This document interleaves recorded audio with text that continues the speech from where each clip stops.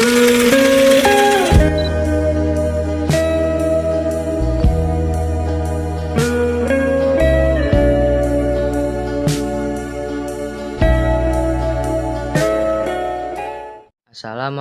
warahmatullahi wabarakatuh.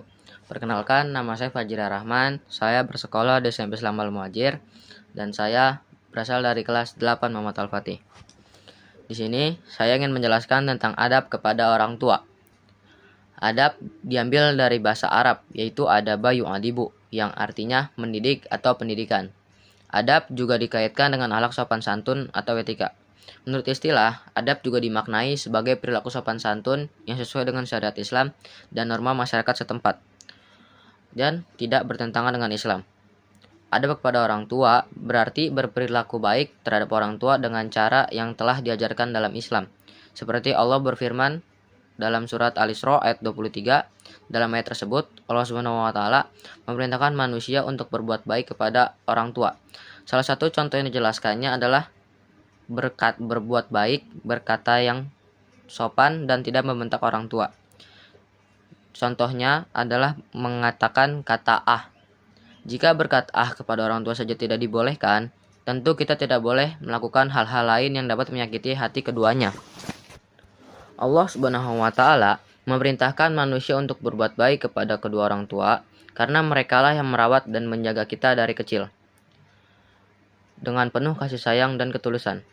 Mereka pula yang mengajarkan berbagai hal, mulai dari berbicara, berjalan, dan hingga berbagai ilmu kehidupan lainnya.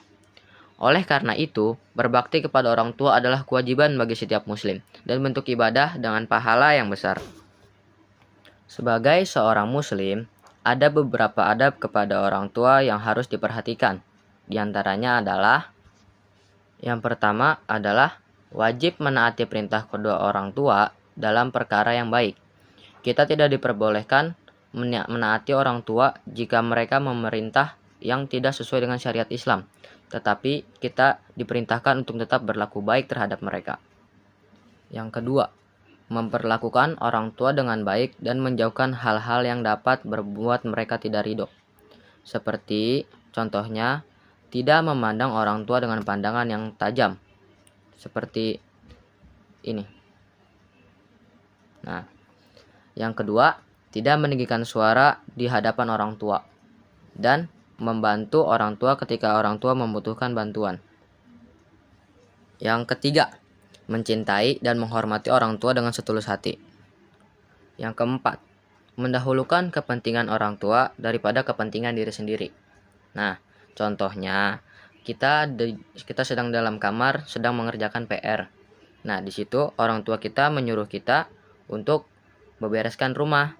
Nah, di situ kita harus meninggalkan kepentingan kita, yaitu mengerjakan pekerjaan rumah dan ikut membantu kedua orang tua kita membereskan rumah.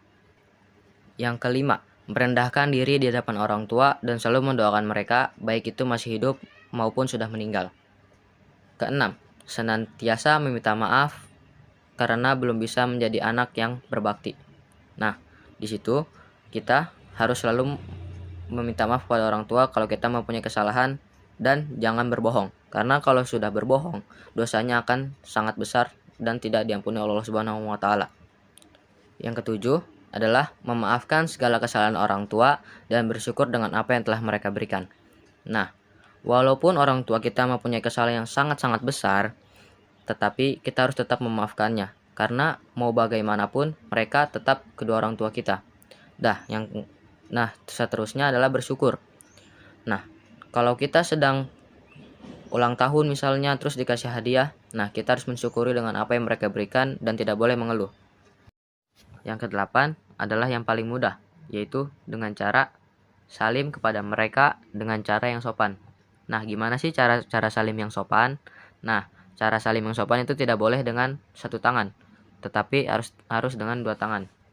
Nah, jadi ketika ingin salim, tangan kita tidak boleh mengangkat tangan orang tua kita, tetapi harus kita yang nyamperin. Seperti ini. Nah, contohnya ada dalam video berikut.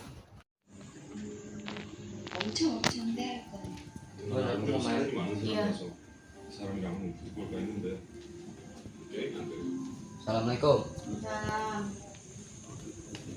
Nah, ketika kita sudah menerapkan adab kepada orang tua yang tadi, kita juga akan mendapatkan hikmahnya. Hikmahnya yang pertama adalah mendapatkan pahala yang besar dari Allah Subhanahu wa taala. Yang kedua, Allah Subhanahu wa taala akan memperluaskan rezeki dan memanjangkan umur orang-orang yang berbakti kepada orang tuanya. Yang ketiga, mempererat hubungan antara orang tua dan anak. Yang kelima, semakin dicintai oleh orang tua. Dan yang terakhir adalah memperoleh kehidupan yang harmonis dalam kekeluargaan. Nah, oke, segitu saja dari saya. Wassalamualaikum warahmatullahi wabarakatuh.